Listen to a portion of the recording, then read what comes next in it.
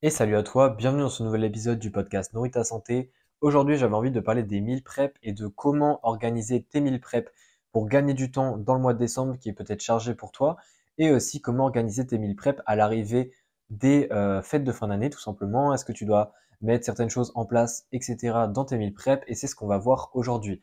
Alors cet épisode, je le dis directement, va être très court puisque au final, tu vas voir que c'est pas si compliqué que ça. Les étapes sont beaucoup plus simples que tu ne le penses, je pense. Et voilà, donc au final, ça va être une très bonne nouvelle pour toi.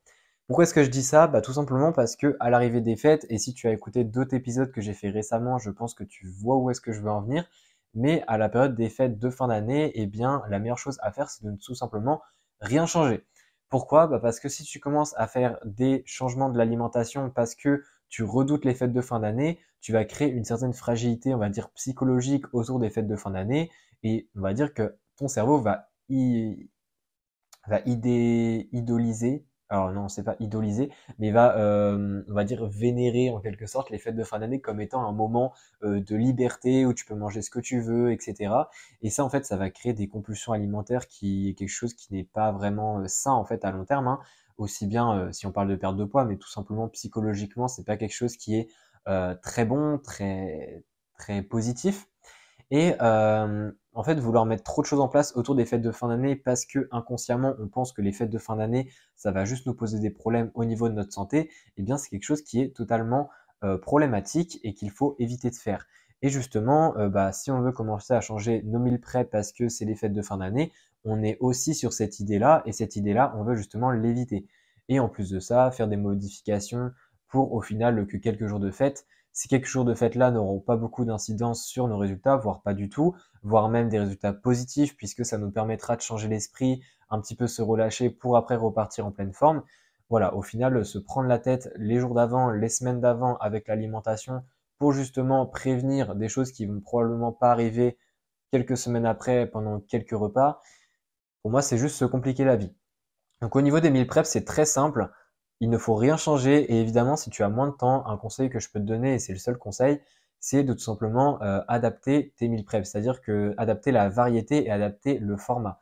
Autrement dit, si par exemple d'habitude tu cuisines tes légumes, tu fais tout, tes épluches, tu cuis, etc., tu fais tout, eh bien si tu as beaucoup moins de temps, tu peux très bien, exceptionnellement pendant une certaine période de temps, ça peut être que deux semaines, 3 semaines, peu importe, acheter ça en surgelé, donc les légumes en surgelé ou en conserve.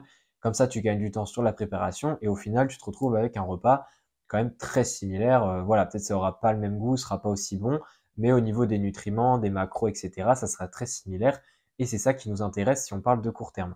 Ensuite, deuxième chose, c'est donc il y a le format comme je l'ai dit, mais deuxième chose, c'est aussi la variété, c'est-à-dire que si tu ne peux pas manger aussi varié parce que tu n'as pas le temps de préparer 10 000 repas, etc., le fait de restreindre les choix alimentaires pendant une certaine période, c'est pas un problème.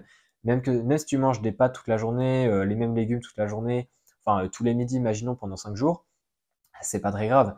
Encore une fois, si tes macronutriments, tu as ce qu'il faut, si l'hydratation, c'est OK, si au niveau des vitamines, etc., les légumes, les féculents, la viande s'associent bien, eh bien, sur 5 jours, ça va poser aucun souci. Et même si ça peut être un petit peu lassant, si pour toi, c'est juste une question de temps actuellement et que c'est pas une histoire de j'ai des repas tout le temps différents, je vais bien pouvoir profiter, encore une fois, voilà, il faut voir vraiment ce que tu priorises sur le moment, il faut faire le nécessaire et après là-dessus, c'est OK.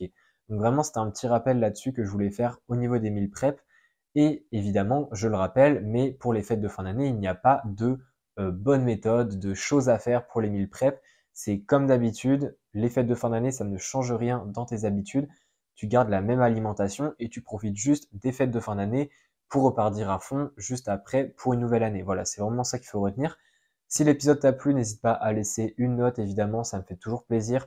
Pour plus d'informations, n'hésite pas à télécharger un guide gratuit, 3 étapes universelles pour accomplir tes objectifs que je mets dans la bio de l'épisode. Et sinon, on se dit à la prochaine. Allez, ciao.